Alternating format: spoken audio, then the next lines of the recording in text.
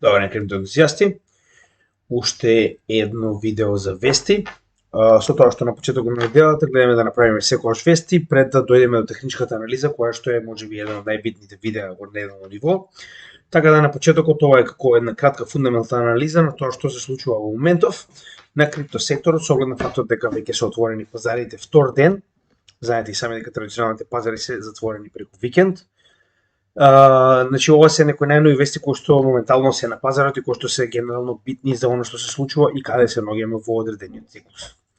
Сега, првенствено би сакал да преминам преку ова, значи наредени се така речено според некоја битност, да речеме, на тоа колку се моментални и колку се да речеме со поголем импакт на пазарот, вестите кои што ги наоѓаме, со тоа што прво значи JP Morgan и еден од нивните senior strategist, односно некој да речеме ова се оние кои што ја одредуваат начинот на работа на оваа компанија, односно тоа е тој департамент кој што одлучува која ќе биде нивната стратегија за инвестирање, за работа во текот на една година, да речеме, со тоа што еден од овие кои што да речем таму во со поголеми рангови или постар во тој самиот департамент на JP Morgan. JP Morgan е една од најголемите банки во Америка и е позната за тоа што пред формирањето на Федералната резерва ги има спасено, така речено, поголемиот дел банки кога доаѓа до еден од оние големи бенкрани и поради тоа е една од оние легендарни банки во Америка кои што се верува дека што и да се случи, таа би била последната банка да пропадне. Со тоа што знаете и сами дека од една страна тоа е нивната легендарна банка, а од друга страна е истата таа банка која што е комплетно против крипто и која што истата значи во текот на 2017 година значи буквално се закрнуваше на сопствените вработени дека доколку имаат било каков тип на криптовалути ќе бидат избркани од работа. Сега истата таа значи во 2021 беше еден од главните пропоненти на крипто, кој што, значи, нели, буквално не само што беше адвокат за крипто, туку и беше своевидно нудеше услуги на своите клиенти, кои што се уште ги нуди во криптоиндустријата, односно е custodial holder за многу од нивните клиенти, каде што кои да сака да речеме од овие побогати компании или поединци во Америка да купат одредена криптовалута, посебно биткоин, тоа го прават преку JP Morgan, кој што истиот е старател во нивно име на овие, да речем, средства, со тоа што, значи, да не заборавиме дека истите тие на еднаш 180 степени го променуваат своето мислење и сега се старатели за криптовалути, додека пред само неколку години кажуваат дека криптовалутите се скем, дека нели ќе се распаднат, дека нема да постојат, дека нели прашање на време. За сега наједнаш повторно, значи кога криптопазарот е во одното, да ја променат својата полемика и да кажат дека моментално институциите не се заинтересирани во крипто. И тоа тврдење оди до степен што кажуваат дека не само што не се заинтересирани, туку дека голема веројатност дека институции никогаш не ни влегле во крипто. Така. Сега, во ред тоа, нели, даваат некои соодветни аргументи кои што се дека наводно институциите се многу загрижени поради волатилноста на овој сектор и поради тоа се уште немаат влезено, што генерално се во право. Значи, влез на институциите ќе се одма ќе се познае со оглед на фактот дека маркет капот на овој цел сектор ќе се зголеми енормно, тоа е оно што ние постојано го кажуваме, но тоа не го менува фактот дека тоа не значи дека не влегуваат постепено. Значи, влез на институциите нема да се случи во еден ден, тоа ќе се случува постепено, така. Значи, нема да биде во еден ден одлучуваат сите држави да купат биткоин. Значи, тоа нема да се случи така. Гледате и сами дека тоа се прави буквално постепено од поединци во 2009 до 2012, до мали компании до 2017, до мали држави до 2022 година, кои што моментално не само што го легализирале, туку и држат голема количина на биткоин. Сега, интересно е дека овие лицемери се додека ни кажуваат дека институциите не се заинтересирани за крипто, во исто време оваа година, значи во ноември оваа година, веќе имаат значи брендирано свој посебен крипто wallet, кој што нели, значи не само што го имаат, туку истите и го патентирале, значи моментално се води постапка за патент за ваквиот новчаник од страна на JP Morgan со цел да може нели да има свој криптовалет, да не зависи нели од туги технологии, кој што ќе може да го користи како кастодијал за своите клиенти. Значи они велат дека институциите не влегуваат, но за секој случај они имаат свој wallet, нели? Во случај да е потребен, пошто нели нема да има институции, што не очекуваат, ама подобро е да има, така. Значи тоа е тоа што постојано ви кажувам. Значи ќе го повторувам се додека имам канал. Не гледајте што ви кажуваат, гледајте што прават. Ваков тип на банка, додека во исто време патентира новчаник за крипто, ви кажува дека институциите не се заинтересирани за крипто и дека нема доволен напредок. Значи тоа се оние две лица на истата компанија, која што една е она што го кажува во јавност, како во 2017 година дека не смее никој да поседува крипто во нивната компанија, а друго е она што го прават во позадина. Заверувам дека оваа полемика многу брзо ќе се смени доколку добиеме соодветен баунс и кажеме дека дното е оформено и се движиме кон следниот бул маркет. Значи кога тоа ќе стане, верувајте ми дека банките како и секогаш со нивната дволичност ќе се сменат веднаш кога се гледа дека има профит во одредено нешто.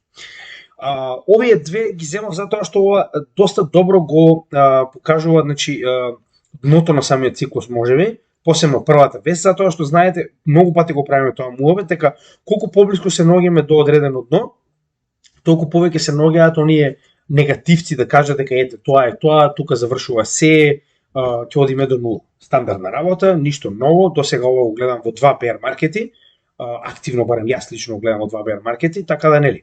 Остануваме да видиме дали се во право или да ние сме во право, но досега крипто секторот не е изненадил со одење до нула, да се надеме да нема да се случи. Можеби ако добиеме некоја нуклеарна зима или слично, можеби, но иначе јас не гледам причини зашто тоа би се случило. Следна интересна работа е тоа што Керолайн Елисон е уствари CEO на Alameda Research, која што беше поврзана со FTX. Значи моментално официјално ова се известување од Bloomberg. Bloomberg е една од најголемите, да речем, медиуми за финансии во светот. Значи со тоа што истите имаат, да речем, доста добри репортажи, но да не забораваме, Bloomberg се истите оние кои што го смета Сем Бенкман-Фрид за вториот JP Morgan или за не знам некои си нивни појма немам инвеститорски гуруа, дека наводно бил гениалец, дека сето тоа, за истите Bloomberg моментално да кажуваат како Сем Бенкман-Фрид е најголемиот, не знам, негативец на светот. Така да пак ќе кажам, значи ова се тие мејнстрим медија кои што го менуваат своето мислење во однос на тоа како дува ветерот, па исто и во оваа ситуација. До вчера беше The White Knight, нели, спасителот на крипто, кој што ќе донесе крипто регулатива во Америка, подпредседатели и председатели на држави седеа со со тоа што моментално во оваа репортажа која што се случува моментално во Америка, затоа што знаеме дека FTX моментално направи голем проблем на целиот крипто пазар, заедно со многу од менувачниците и играчите кои што се замешани во овој пазар. Значи Керолайн Елисон заедно со вториот CEO во FTX кој што се CTO, извинете, Гери Ванг, моментално се во, како не слажам, во пред федерални, мислам дека се во FBI и даваат фактички изјава дека ја прифаќаат вината дека на вистина они ги мамеле фактички луѓето кои што инвестираат во FTX и дека не само тоа, со тоа што со ваквото објаснување моментално буквално образложуваат дека Alameda Research имала директен, значи се нарекува тоа кредитна линија во FTX, зашто не се барал никаков колатерал, значи доаѓа до објаснување дека дури ни онаа шема која што ние во почетокот ја дознавме, дека фактички се вртел оној FTT токен, значи дури ни тоа фактички не било потребно, имале целосно одврзани раци со тоа што они само ги фалсификувале финансиските извештаи дека Alameda остава одреден колатерал за заемите кои што ги зема.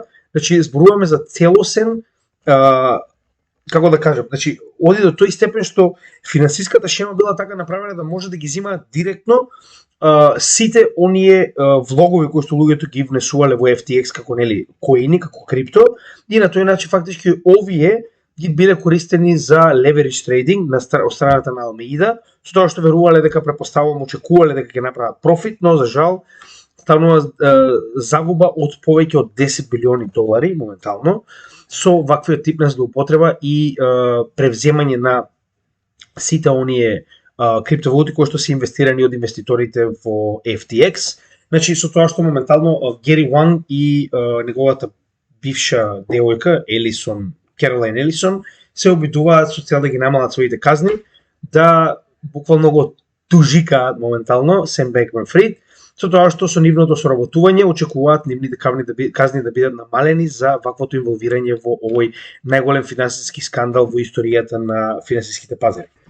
Следното за кое што ќе разговараме е Binance и неговиот pushback против сите овие работи кои што моментално се случуваат против него нормално, со оглед на фактот дека имаше неколку обиди практично за напад преку првиот бенкран кој што бе организиран од сите оние компании кои што се работуваат со FTX, со тоа што тоа беше буквално организиран бенкран со кој што со повлекување на средства од Binance платформата, затоа што знаеме дека сите овие големи корпорации и компании се меѓусебно испреплетени. Значи буквално беше направен обид, ако се сеќавате, оној огромен одлив на крипто средства од сметките на Binance беа направени со цел да се дестабилизира и да се предизвика бенкран. Со тоа што самата компанија моментално изјави дека ваквиот бенкран е неуспешен, очигледно, значи Binance се уште постои, нема никаков проблем. Сето тоа што се случи, оние огромни средства кои што излегоа од самиот Binance моментално се стабилни. Тие кои што беа исплашени напуштија, тие кои што се уште веруваат останаа. Јас уште еднаш ќе напоменам дека чување на криптовалути на менувачица е многу лоша работа и без разлика дали станува збор за Binance, CX, IO, Kraken, која и да е.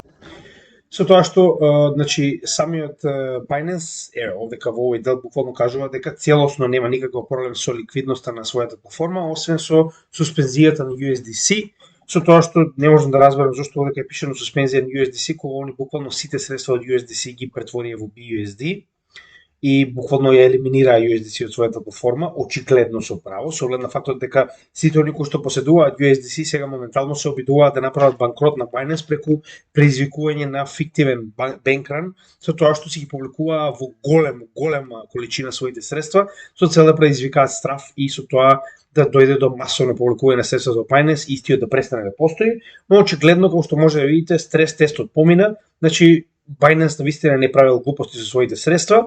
Второ, публикувањето на Mazars, кој што пак ќе кажам, значи ова е компанија која што е славна поради тоа што е компанија сметководител на компаниите на Трамп и може да замислите колку е поврзана со целата, да речем, фела во Америка, така да ваквото еднострано публикување на Mazars не само за Binance, туку и за OKX и за Crypto.com е на некој начин голем удар во почетокот беше за нивното веродостојност дека навистина најнаш се случува компанија да укине цел департмент за дигитална ревизија на криптоменувачници.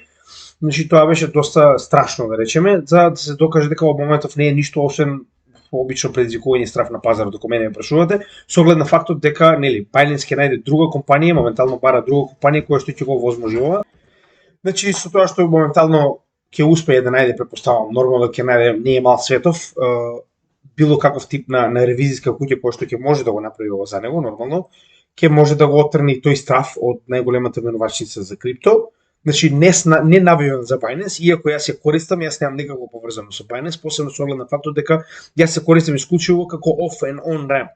Кога ми треба да продам, да заменам, да купам, го правам тоа на Binance и средства да си ги повлекувам на собствен cold wallet, што јас мислам дека е најсигурната варијанта моментално, така да останува на вас што ќе правите, но сепак Binance сега за сега навистина не заслужува, ни стварно има добра репутација со оглед на фактот дека ниту еднаш не е пронајден некој wrongdoing што се вели. Значи, ако се сеќавате, го спомнав тоа пред неколку вести кога DOJ, односно Department of Justice во Америка, наводно се разговара за покренување поставка против самиот CZ, но да не заборавиме дека ако го погледнете ова наназад и ако проверите на Google, ваквите вести се од 2018 година и доколку имале било каков тип на материјали, до сега сигурно тоа ќе го направиле, сигурно ќе ја покренале таа поставка. Тоа значи дека нема доволно материјали, дека ова е само smoke and mirrors, значи едноставно се обидуваат да направат некоја као наводно се спремаме за не знам што.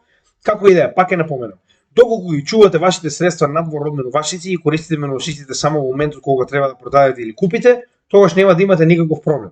Така да бидете паметни, правете го тоа со цел да немате проблеми понатаму, а паѓањето на оваа менувачица за мене ми смета од типот на ако тоа се случи навистина ќе има многу подлабок bear market и многу подолг bear market. Затоа и ако мене ме прашувате, многу би било поисплатливо за целата наша криптосфера да преживее оваа менувачница со оглед на фактот дека до сега во претходните два бул маркети на вистина изградила соодветна репутација која што не би сакал моментално да ја видам да се сруши и на вистина се надевам дека на вистина нема да направат нешто страшно, нешто лошо како што тоа беше со FTX. Моментално BNB, ако се знаете сами, оно што го споредивме, значи пред само неколку денови последните вести, испадна соодветна вест дека BNB моментално има повеќе волети дури и од Ethereum, што покажува дека довербата во Binance се враќа и тоа на голема врата, што е многу добро. И горе-доле тоа е прилика се моментално што се случува, со тоа што единствено што компанијата одлучила да не дава никаков коментар во однос на случката дека нели ќе се покрене криминално гонење на CZ. Значи, нормално, јас ги разбирам, не може да коментирате нешто што не се случило. Треба прво да се случи за истите да имаат било каков тип на коментар во одбрана на CZ. Така да за ова очигледно нема потреба да се коментира со дека не се случи. Значи, генерално, со оглед на тоа што моментално го гледаме, Binance се уште функционира како што треба, нема големи panic sale или такви работи. Јас навистина не гледам проблем. Мислам дека, значи повторно, не може да бидете сигурни затоа што не знаете што се случува утре со економските пазари, гледате се малку за овие работи треба да бидете исклучиво предпазливи кога станува збор за вашиот капитал, да го држите во сопствени раце за да не може да се случи ништо, но според она што гледам моментално не гледам причина зошто би се случило паѓање на Binance. Значи гледате дека успеа да преброди ова, да речем, криза. Интересна аналитика која што сакам да споделам со вас, ова на пример не сум го видел, но е доста интересно. Значи да мери Christmas cycle на биткоин и тоа што навистина ова е генерално држи вода, со тоа што некои од овие нели технички аналитичари, затоа што пак ќе кажам на крајот од денот, ова е наука која што топарва се развива, иако истата е во долго време, значи присутна, но интересно е дека истата постојано има нови елементи со кои што се развива. Се, овие технички аналитичари многу интересно, јас ова ќе го отворам во нов таб со цел. Значи во овој чарт моментално интересно е она што уствари успеале да утврдат е дека најголемите all-time highs или постојано правење на нови all-time highs секогаш биле во декември, затоа и се нарекува Christmas cycle. Значи, прост пример. Сега, иако ово е единствено што не е, но во самата година, како што можеме да видиме, значи, нели, со исклучок на почетокот кога целото ова почнало, значи имаме нов all-time high во 2012, нели, all-time high топ во декември 2013, потоа имаме bottom на пазарот во декември 2014 година, па потоа имаме. И сега повторно, гледате како, значи во секоја година имаме нов all-time high на целата година, значи била на највисока вредност во декември секоја година, ова например јас го немам приметено. 2017 декември, нормално, новиот циклус за нова година, повторно дно, декември 2019. Значи ја навистина ова не сум го приметил. Добро, овдека во 2019 немаме нов all-time high, со тоа што не имавме овдека претходен, но нагоре гледате иста ситуација. Значи во секој декември, да речем декември месец, имаме нов all-time high. Интересна работа, со тоа што ако ова се повтори, како што кажуваат и сами, значи крајот на циклусите треба да се повтори буквално во овој декември, значи имаме уште 6 дена за да го утврдиме дното, ако веќе не сме го утврдиле. И значи интересно е тоа што они предвидуваат дека оваквите декемвриски циклуси според нив 4 годишни, следниот би требало да го донесе биткоин до 1, премногу беше, но ајде ќе го спомнеме, значи 1,8 милиони. До декември, повторно, Christmas они си го нарекуваат, до декември 2026 година. Значи, интересна аналитика, иако не значи дека е вистиница, не значи дека е точно комплетно, но како што можеме да видиме, да, навистина да речем во самите циклуси можеме да видиме дека навистина секој декември имаме нов all-time high со исклучок на 2, овој и овој. Другите сите има нов all-time high за целата година, како и нели оние кои што се ultimate на крајот на самите циклуси до сега 3 пати во декември. Така да останува да видиме дали ова аналитика и ќе видиме дали истата ќе се реализира. Доколку тоа е така, значи ние декември веќе го оформивме дното и ќе можеме да се придвижиме нагоре во нов циклус, но нормално. Не можеме да се осврнеме само на една аналитика, е доста интересна и нели е нешто што го најдов така поинтересно за да ве расположи. Следно, не толку интересно, моментално 30% хешрейтот е паднат од претходниот all-time high поради моменталните зимски услови во Америка и нивниот поларен удар, така го нарекуваат, со тоа што моментално хешрейтот е доста паднат, значи ова него нели си го проверувам секогаш со оглед на фактот дека они велат дека е околу 30% од почетокот на месецот, тоа е вистина.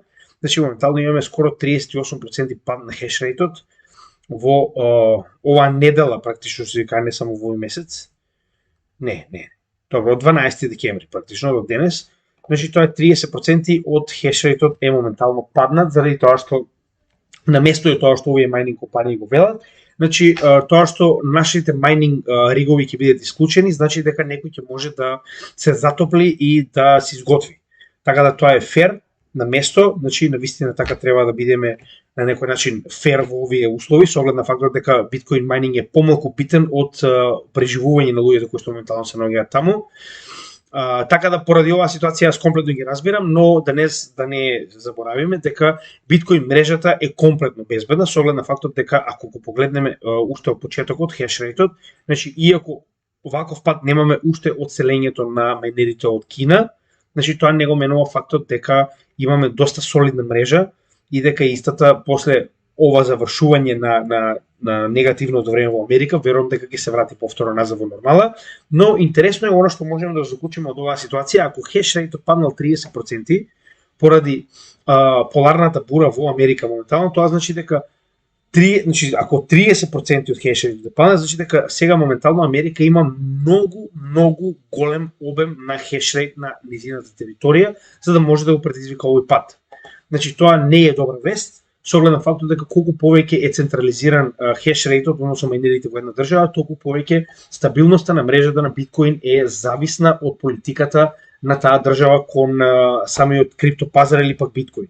Така да тоа не е толку добро ако мене ја прашувате, но е нешто што мораме да бидеме реални да го известиме. Да, го завршивме. Следно.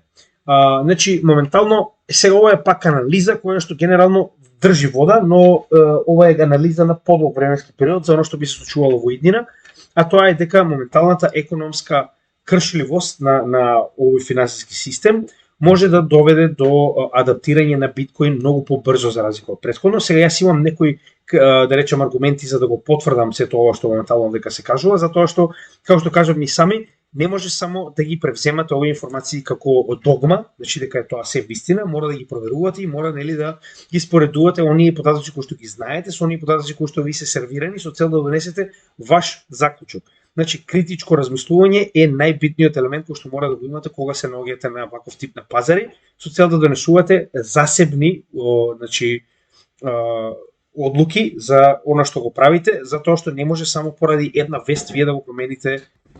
Сега, статијата сама по себе фактички го споменува биткоин затоа што нели во однос на претходните два циклуса, на бул циклуси, можеме да споредиме дека неговата вмешаност во светската економија е многу поголема, посебно со оглед на фактот дека во претходниот бул маркет истиот достигна и до едно од ретките средства кои што имале вредност од 1 трилион.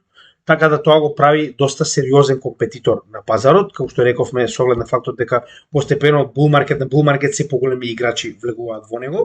Сега, интересното е тоа што они моментално го зема овој рейт хайк за кој што нели Федералната резерва го дигнала до нивоа невидени од 70-тите до 80-тите години, што значи дека тоа е интересното што затоа и не можам да кажам со сигурност дека конечно сме надвор од сето она што е опасност, дека се очекува 2023 да го имаме многу потешкоти за традиционалните пазари. Затоа што овие рейт хайкси ако не проложат, истите ќе се задржат и на тој начин ќе предизвикаат нестабилност на самите пазари. Значи ако гледавте Федералната резерва и нивниот последен миниц од нивниот состанок, значи истите очекуваат дека невработеноста во Америка ќе достигне дури и до 4,6%, каде што 4% е се уште она максимална вредност до која што истите би си дозволиле да ја буткаат економијата надолу со цел да се намали инфлацијата, но 4,6% веќе е соодветен знак. Значи замислите Федералната резерва очекува 4,6%, а со оглед на фактот дека Федералната резерва за ништо до сега не беше во точна, значи може да очекувате дека тоа може да биде многу повеќе. Сега ваквата стагнација на светската економија, значи според самите луѓе кои што пишувале статијата, може да се дојде до ситуација во која што ќе едноставно светот и светскиот поредок на финансиски, да речем, аспект би барал наоѓање на соодветни средства како да го заобиколи овој дел со кризата, затоа што значи рейт хайксот директно делуваат на доларите. Со тоа што делуваат на доларите, делуваат на единствената најголема резервна валута во светот. А додека тоа се случува, истата има и ефект на сите економии во светот поради тоа што е резервна валута. Сега, се додека еден орган може да ја манипулира резервната валута и со тоа да го афектира целиот свет, Нормално дека многу големи играчи во светот не би се сложиле со тоа. Како на пример моментално партнерството помеѓу Русија и Кина, каде што целата економска размена помеѓу овие две држави се случува во нивните две валути, во рубли и во јени, и на тој начин фактички они го заобиколуваат овој дел на манипулација од страна на една држава на целиот свет. Така. Со тоа што, значи, зошто се верува дека биткоин е навистина едно од оние добри заменливи средства кои што може, тоа е заменливи. Средства кои што може да ја заменат светската резервна валута. Затоа што дури ако не ја заменат, туку и само станат, како што вели самата статија, да речем секундарно резервно средство на финансиите во светот, истите повторно би добиле барем еден дел од онаа светска трговија. Замислете кога барем дел од оваа светска размена, колку голем дел од оваа светска размена, значи иако е тоа можеби 1%, ќе биде огромен прилив на средства во биткоин и на тој начин, нели, со тоа што се влеваат средства во биткоин, се прелеваат и во остатокот од криптовалутите, но нормално сега разговараме за самиот биткоин. Значи, дури ако дојде само еден мал дел од оваа светска размена да се прави во биткоин, тоа би било голем напредок за самото средство. Сега, зошто се вели дека е многу подобар? Значи, кога ви испоредиле, значи, сега, оние кои што следат мојот канал редовно, може да сигурно го имаат видено видеото каде што направивме споредба на доларот како вредност со биткоин. И нели, кој има потенцијал да победи на Долгран, значи може да погледнете тоа видео, едно од оние почетни едукациони видеа уште на почетокот, значи во плейлистата може да го најдете. Буквално се може да запишете BTC VS versus DXY, долар. Така да може да најдете многу информации таму, каде што детално го споредуваме ова, но сега само за кратко, значи неколку главни карактеристики е тоа што прво доларот е крајно партизиран. Значи партизиран од тоа што без разлика на тоа кој е на власт во Америка, истиот може да користи како оружје против сите останати, со оглед на фактот дека Федералната резерва, иако треба да биде неутрална, не е и е директно под, да речем, власт на самата влада која што моментално влада и во Америка, а да не заборавиме дека моментално доларот е едно од главните оружја кои што се држи цела Јужна Америка во покор, поради тоа што можат буквално во секое време да предизвикаат инфлација на нивните валути, затоа што истите се врзани со доларите и со манипулацијата на количината на долари на нивна територија може буквално да предизвикаат колапс на економиите во Јужна Америка кога сакаат. Значи на тој начин ја држат цела Јужна Америка во покор и средно нормално. Да не забораваме истото го прават на секаде во светот, значи моментално доларот како резервна валута повеќе служи како оружје отколку како потенцијално позитивно средство. Со тоа што напоредно со ова средство, доколку го споредиме биткоин, можеме да видиме дека станува збор за средство кое што не може да биде манипулирано од една земја, средство кое што не може да биде политизирано, значи средство кое што е неутрално и никој не стои позади него, а од друга страна и инфлацијата на биткоин, која што е се помала и помала, е се погодна за ваков тип на резервна валута, за разлика од доларот кој што е се поголема и поголема. Значи, како што разговаравме, моментално инфлацијата на доларот го уништува на дневно ниво, за разлика од тоа, значи, како повеќе и повеќе се движиме низ халвинзите, така се повеќе и повеќе биткоинот има подобра инфлација, значи со тоа што моментално сме на инфлација од 1, значи моментално, само да видам каде беше моментално, ево. Значи моментално имаме инфлација од 1,6% во последниот дел и истата ќе направи на халвингот да се преполови уште толку. Значи од 1,6 ќе дојдеме до инфлација од 0,8%, што е незамислива за доларот кој што во нормални услови би имал околу 2%, додека во оваа ситуација значи станува збор за двоцифрена инфлација, која што и се уште не беше стаса до 9, нешто, но сме имале ситуации во кои што беше и двоцифрена инфлацијата, за разлика од биткоин кој што се повеќе и повеќе намалува со оваа инфлација. Така да гледано од тој аспект, значи прво од инфлациониот аспект што не може да го доведе под контрола, биткоин е средство кое што е многу подобро од доларот. Второ, со оглед на фактот дека имаме ограничен supply, значи 20 милиони, тоа нема повеќе. Тоа го прави уште подобро со оглед на фактот дека гледаме што се случува кога на одредена влада ќе биде дадено право да принта колку сака пари. Тоа се случува како што моментално гледате економска криза, која што е директно предизвикана поради енормното принтање на пари од страна на Америка, на долари, кои што сега се обидуваат да го вратат назад со цел да намалат инфлацијата. И следно, ова дополнително во целиот овој наратив влегува и Bitcoin Lightning Network, кој што претходно значи на место е муабетот дека претходно самата мрежа е премногу бавна, за да може да спроведува таков тип на на голем, да речем, обем на трансакции во исто време, но со развивањето на Lightning Network моментално доаѓаме до момент како Layer 2 солуција на Bitcoin. Ако не сте го погледнали, направивме видео во кое што објаснивме што е Lightning Network, може да го погледнете во нашите едукациони видеа наназад, каде што објаснивме точно како се тоа функционира, но она што треба да го знаете во оваа ситуација е дека истиот е многу побрз за разлика од основниот Bitcoin блокчейн, кој што како паралелна мрежа на самиот биткоин моментално држи повеќе од 5000 биткоини во моментален liquidity, фактички пул на Lightning Network за трансакции.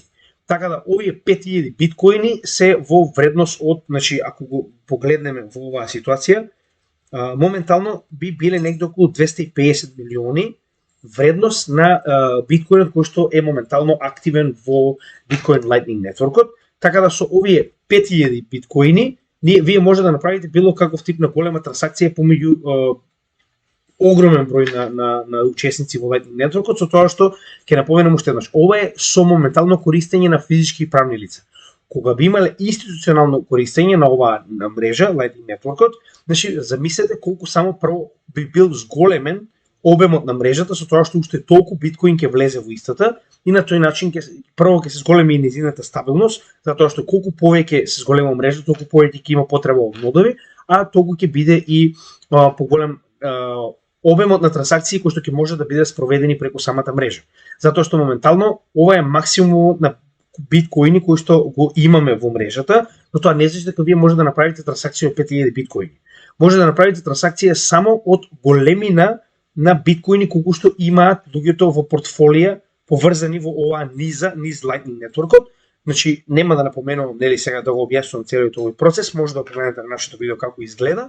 Ова е само колку е нејзиниот капацитет моментално за трансакции помеѓу луѓето кои што учествуваат во самата мрежа, со тоа што замислете колку овие да речем моментални физички и правни лица би биле заменети со институции во оваа низа на Lightning Network. Тоа би било огромен капацитет со огромен биткоин заклучен во истата.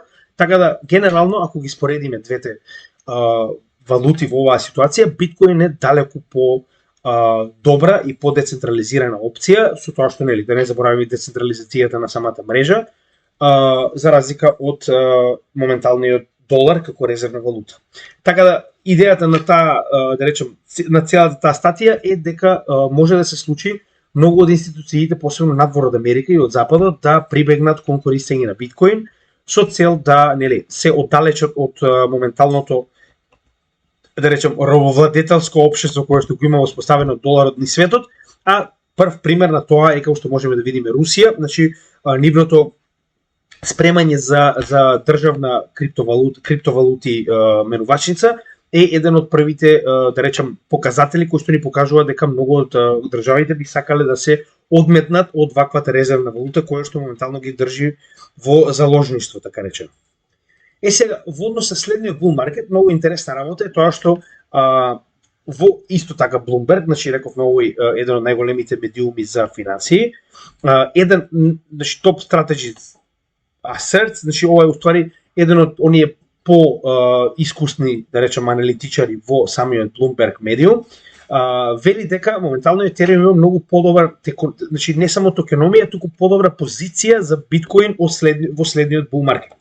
Зошто е тоа така? Значи јас споминав преку целата статија, генерално првенствено, значи од она што може да го заклучам самата статија, јас би сакал да ви го покажам, тоа не само значи да ви го кажам затоа што е напишано во нечија статија, значи првенствено да погледнеме околу самата инфлација. Значи инфлацијата на биткоин е на завидливо ниво. Зборуваме за 1,6%, кое што моментално се повеќе и повеќе се намалува. Значи ако продолжиме и понатаму, гледаме дека уште во почетокот на претходниот била 1,9, за сега да стигне до 1,6% постепено надолу и да се преполови на следниот халвинг. Со што ќе дојде повторно до негде околу 0,8% рековме после следниот халвинг во 2024 година. За разлика од тоа, самиот Ethereum, значи доколку го испоредиле, значи сега зборуваме за потенцијален флипенинг и зошто истото би се случило. Иако има многу аргументи, јас сум еден од оние кои што веруваат дека флипенинг е многу возможен и дека можеби ќе видиме многу порано од она што се очекува. Значи доколку го споредиме со POW кога беше Ethereum, доколку моментално останеше Ethereum во POW, значи во Proof of Work, неговата ситуација моментално ќе беше многу поинаква. Односно ќе имавме додадени 1.211.000, односно 212.000 етериум на мрежата и ќе имавме инфлација од околу 3,58% на годишно ниво. Додека моменталната ситуација со Proof of Stake е сосема поинаква, односно имаме инфлација која што е скоро па нула, значи имаме 0,012% инфлација на годишно ниво, значи намалување на инфлацијата за огромен процент, зборуваме 99,9% намалување на инфлацијата, со тоа што во оваа ситуација, значи, ваквото намалување на инфлацијата го прави попримамлив Етериум за разлика од биткоин, со оглед на фактот дека има голема разлика помеѓу инфлација од 1,6 па дури 0,8 од 2024 година до инфлација од 0,012%, што само ќе се намалува. Значи во текот на целата оваа година од мрџот за 102 дена, наместо оние кои што би биле додадени со POW 1.211.000 етериум, ние сме додале само 4.315 етериума плюс на основниот supply и со тоа, значи гледате која ќе била разликата. Значи ќе сме имале огромна разлика во самиот supply, доколку значи од 120 ќе сме имале 121 милион, а во оваа ситуација значи имаме она што моментално може да го видите. И сега, интересна работа, значи зошто е тоа така, знаете, и сами поради самиот burn механизам, но не заборавајте, многу битно е тоа што моментално burn механизмот е 412.000 етериум на годишно ниво, додека се произведуваат околу 622.000 на годишно ниво. Со тоа што имаме само разлика од околу 210.000 етериум плюс на годишно ниво, што ќе се додава. Разликата е во тоа што биткоин има capped supply, 21 милион и тоа е тоа, за разлика од тоа етериум има unlimited supply кој што постојано се произведува. Сега, но не заборавајте дека ова е во најдлабокиот дел од bear маркетот. Кога ова ќе го споредиме со она што го очекуваме во следниот bull маркет, значи од самото оформување на дно па нагоре, кога овој burn механизам ќе биде применет во следниот bull маркет, затоа што ако се сеќавате претходно имаше една страна Watch the Burn, значи на истата јас го гледав burn механизмот кога бевме во најдлабокиот дел од bull маркетот, каде што имаше многу поголем burn од овој што го гледаме моментално, затоа што станува збор за процент од секоја трансакција. Така да, јас верувам дека овој burn ќе биде многу поголем кога ќе се придвижиме кон следниот bull маркет и на тој начин ќе имаме многу повеќе изгорен етериум од она што моментално го имаме произведено и во таа ситуација ќе се придвижиме до многу помал инфлацион процент од биткоин и тоа дури негативен, затоа и велам дека кога ќе дојдеме во ситуација да гориме повеќе етериум од она што го произведуваме, ќе дојдеме наместо од инфлација во дефлација и на тој случај значи веднаш добивате многу подобро средство во кое што има институции да би инвестирале за разлика од биткоин. И втора, исто така исклучиво битна работа е тоа што моментално целиот свет се цели кон тоа да биде значи што по енергетски нели профитабилен и да биде неутрален. Значи во оваа ситуација гледаме дека сега нели ова се оние стандардни фат ствари, но тоа е реалноста. Значи биткоин користи многу електрична енергија, зборуваме многу електрична енергија, значи една трансакција на биткоин користи 1719,5 киловат часови, така? Каде што за разлика од тоа етериум користи после мрџот 0,03 киловат часови. Значи овде ќе имаме разлика која што е астрономска. Значи една трансакција на етериум за разлика од една трансакција на биткоин е со огромна разлика. Така да вие како корпорација или институција доколку би требало да инвестирате во биткоин или во етериум, нормално е дека за да бидете да речем општествено одговорни, би било подобро да инвестирате во етериум за разлика од инвестирање во биткоин кој што моментално за жал се уште е доста да речем непријателски настроен кон нашата планета, еве да речем. Така да, значи поради овие две главни причини имате едно средство кое што е 1,6 до 0,8% инфлација во 2024 година, за разлика од тоа имате 0,012 и помалку нели ова постојано затоа што зависи како е ситуацијата со burn и issuance, кое што само што не почнало да биде негативно, че гледате овде и беше негативно еден период, затоа што имаме повеќе burn од колку што имавме issuance. И замислете кога на сето тоа вие ќе влеземе во следниот bull маркет каде што ќе имаме буквално негативен инфлационен процент.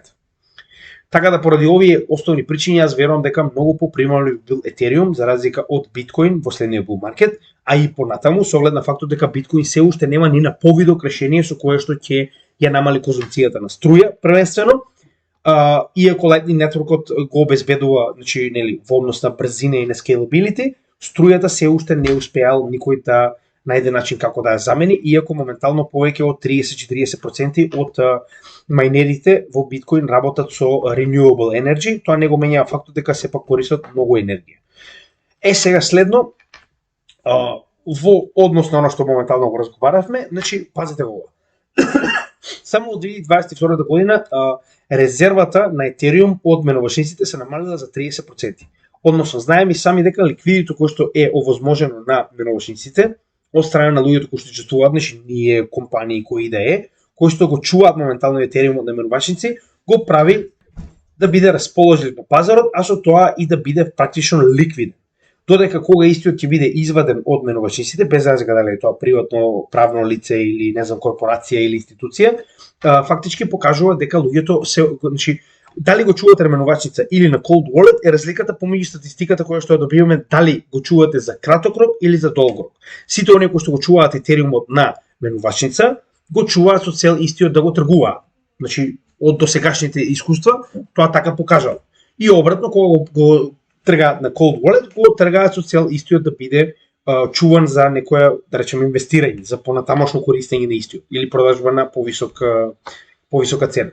Со тоа што значи гледаме дека за разлика од претходниот 2017 година, гледајте колкав пат имаме на количината на Ethereum која што била на менувачниците, за овдека моментално да имаме значи уште од претходното формирање на врвот, во текот на bull маркетот, значи ние имаме постепено празнење на Ethereum од страна на нели оние кои што се инвеститори од менувачниците. Со тоа што овдека е 2020 година пред да го оформиме следниот all-time high, значи вредноста која што била на Ethereum на менувачниците била негде околу 35 милиони долари. За моментално од 2020 година и оној bull market кој што го имавме до 2022 година на самиот крај да падне на нешто повеќе од 18 милиона. Значи од 35 да падне на 18 милиона, тоа е огромно намалување на Ethereum од менувачниците. Сега, знаеме дека дел од ова е поради тоа што многу луѓето го купија со цел да го стейкаат пред самиот мерч. Гледаме дека после самиот мерч имаме исто така нагол пад од овдека е моментални 22,5 до моменталните 18 милиона. Значи околу 4,5 милиона се извадени од менувачниците и ставени во cold storage или каде да се ставени, препоставувам поради инвестирање. Значи ова делумно е и поради ситуацијата која што моментално е со самиот мерч, значи луѓето поради тоа што имаме, како што сега кажавме, доаѓање до дефлациона ситуација на Ethereum, истите нормално одлучија како и јас во тој момент, значи гледате, ова е уште една проценка дека не сум само јас, туку имаме огромен број на луѓе кои што учествуваат на овој пазар, кои што во моментот на мерч купија огромна количина на Ethereum поради очекувањето дека истиот со неговата токеномија моментално ќе има многу подобар напредок. И затоа јас истиот не го продадов, дури и кога цената му падна. Така да ќе напоменам уште еднаш, значи ние сме окупиле, верувајте ми, на самото дно. А ова ќе продолжи да паѓа со оглед на фактот дека моментално се наоѓаме на самото дно. Значи, идејата е дека ако продолжи вака со дефлационата ситуација, вие ќе бидете во профит со самото држење на Ethereum на годишно ниво, а замислете каде е следниот bull market кога ви можете да го продадете со многу голем профит. Така да јас верувам дека како влегуваме и го формулуваме Bitcoin дното, така се повеќе и повеќе луѓе ќе се охрабрат да купат Ethereum, посебно со оглед на фактот дека истите ќе има, значи многу подобра токеномија за следниот bull market од самиот Bitcoin, па и од многу други кои. Истата ситуација се случува и со ADA, значи моментално ADA е на одлична цена, но да не забораваме дека ADA беше и на 5 центи, значи до предходниот bull market беше на 5 центи за да дојде до 3 долари, не го заборавајте тоа.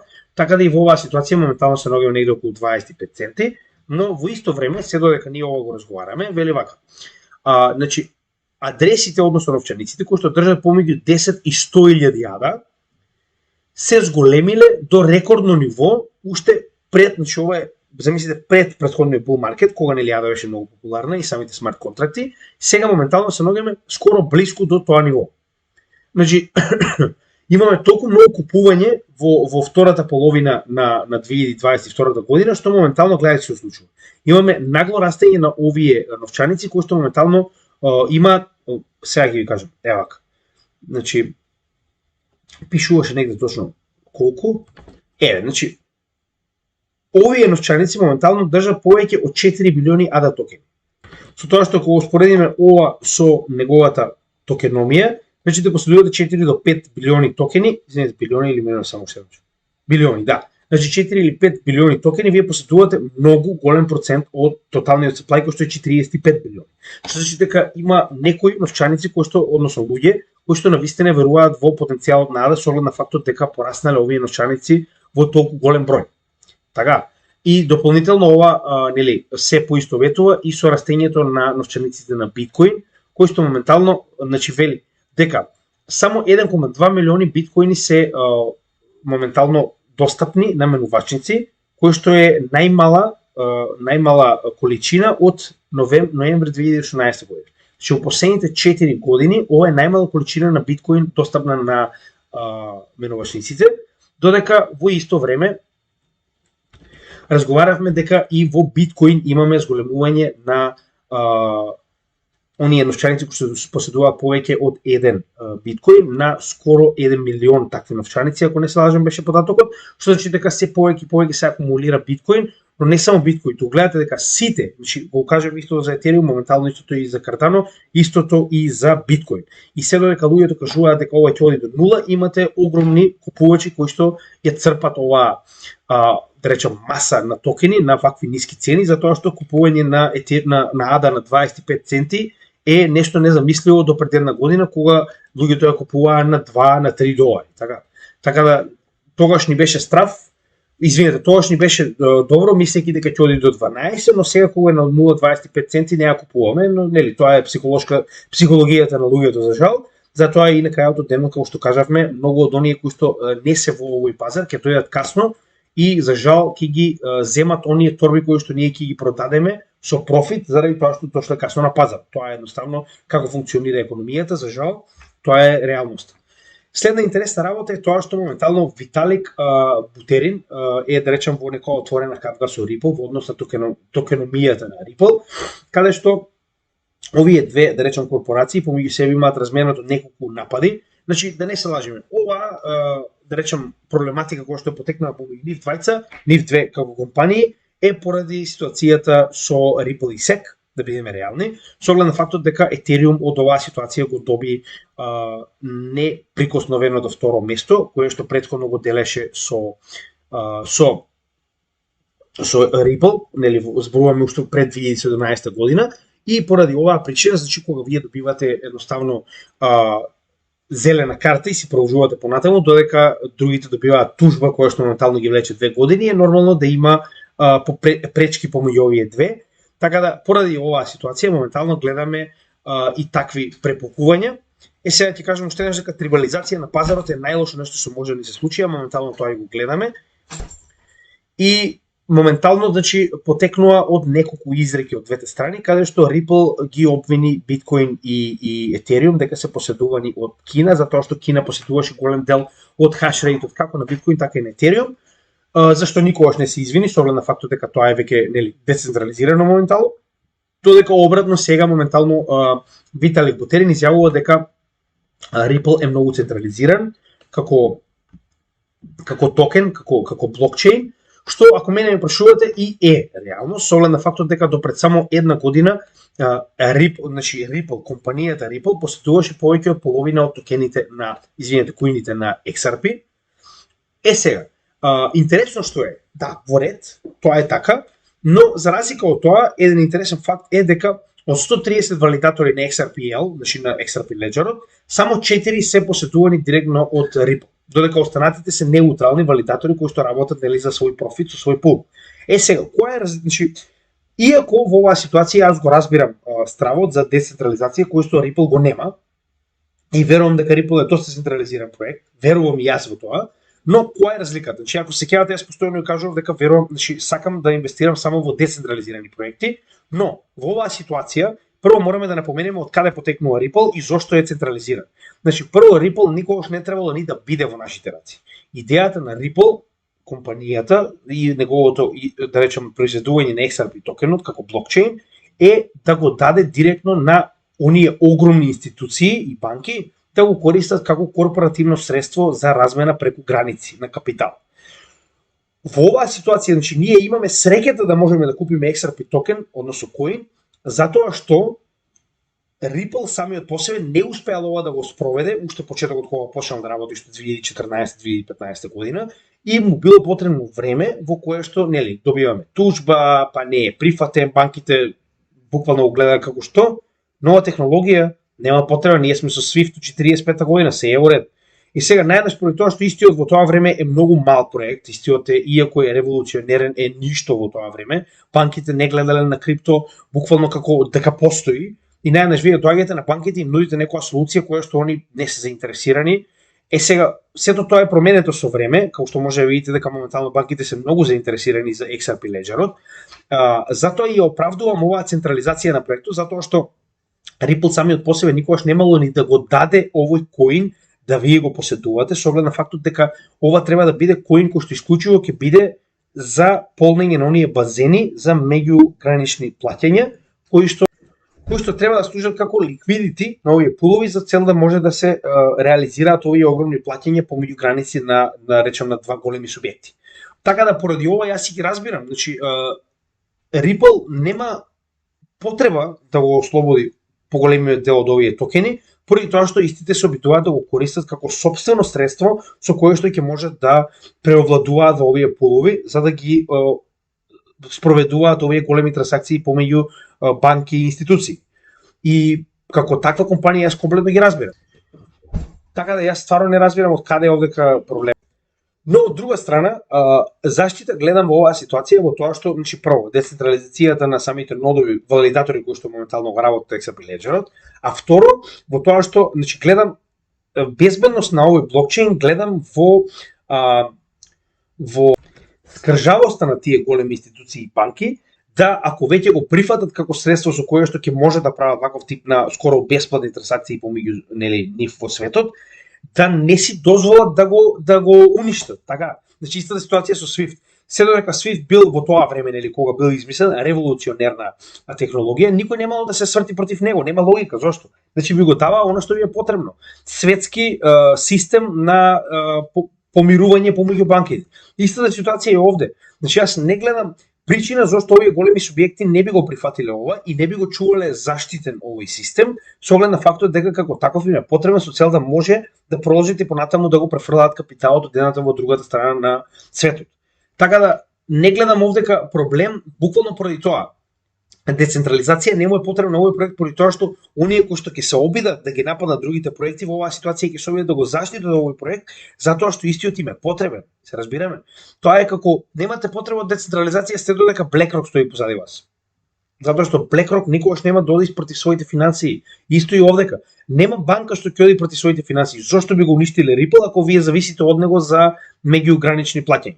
Така да поради таквите причини јас гледам позитивно на ова што моментално овдека се случува и пак ќе кажам не гледам потреба од трибализација и од надпревар, но за жал тоа се случува посебно со оглед на фактот дека Ethereum и Ripple имаат комплицирана историја, можеби не поврзана еден со друг, но генерално комплицирана највеќе од тоа што едните добиваат зелено светло за работа во Америка и прават огромен профит и огромен напредок во својот блокчейн, додека другите без разлика на тоа каков технолошки напредок прават, не можат да направат и финансиски напредок поради тоа што се запрени од сите тие големи актери таму кои што повеќе им одговарал Ethereum да продолжи за разлика од Ripple. Но тоа ќе се смени. Можеби нема да го преста се Ethereum, но тоа не е ни битно. Че јас имам и Ethereum и Ripple, мене не ми е проблем кој ќе победи. Мене ми е битно да одат нагоре. Профитот е битен. Тоа е најбитно. Не го забравајте никогаш. Фокусирајте се на профит, не на тоа кој ќе победи. Ова не е светско првенство, ова не е куп на шампиони. Интересна работа за крај, ова се оние white hat hackers, значи интересно што можеби многу голем дел од нашата заедница не е запознаен.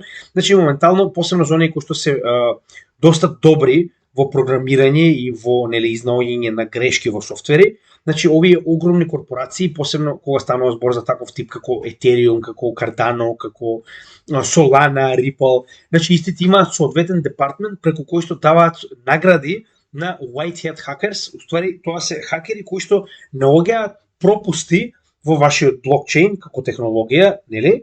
И за тоа ви информираат со цел да ви кажат дека треба да се исправи. И за тоа добиваат баунти, тоа се нарекува. Со тоа што е интересно е дека од 2020 па навеќе повеќе од 65 милиони долари се исплатени како награда на ваков тип на white hat хакери, кои што генерално се така речено чуварите на блокчейн секторот, затоа што тие се оние кои што најчесто ги наоѓаат овие пропусти пред лошите хакери да ги најдат. И кога ќе ги најдат они, нормално блокчейнот ќе може да ги исправи. За разлика од другите кои што ќе ги најдат, нормално ќе ги искористат со цел да направат, нели, кражба. Интересна работа за која што верувам дека е добро да знаете, посебно ако сте добри во овие ситуации, може и да се пријавите. Значи ова се онлайн конкурси во кои што многу често, како на пример Cardano, имаат хакатони, така се нарекуваат, хакатон, во кои што нудат соодветни да речем парични награди за оние кои што ќе успеат да го скршат тоа што они го направиле. Е доста интересно ако знаете да го правите и чисто да, нели, верувам дека тие што знаат да го прават се многу поинформирани и од мене, но еве чисто како општа култура, како општа едукација да го спомнам и ова како дел од она што се случува во криптосветот. Тоа е се што имам за денеска како вести. Во текот на утрешниот ден ќе гледаме да направиме и видео за техничка анализа. Се надевам дека ви се допаѓа нашиот материјал, како и секогаш. Значи ќе биде малку досаден, ќе повторам истото, но пак ќе кажам, нашата работа зависи до колку очи и уши ќе стигне само поради вас. Значи вие сте тие кои што може да не препорачаат со оглед на фактот дека ова што го работиме бесплатно и го работиме со цел да помогнеме што повеќе лица од Македонија да се едуцираат во криптосекторот кој што доаѓа, за да не пропуштат за да речем не само профит, туку и самата едукација како таква за тоа што моментално ќе биде следниот финансиски поредок во светот. Така да се надевам дека како и секогаш сте задоволни со нашата работа, ќе продолжиме понатаму така, се додека имаме добра заедница, ќе продолжиме заедно да работиме. Благодарам на сите кои што ја излажуваат својата поддршка преку гледање на нашите видеа и преку праќање на коментари. Продолжите и понатаму, овдека сме да одговориме на сите ваши прашања и се надеваме дека ваквата соработка ќе продолжи и понатаму. Благодарам, имајте добар ден и поздрав од CryptoGaming.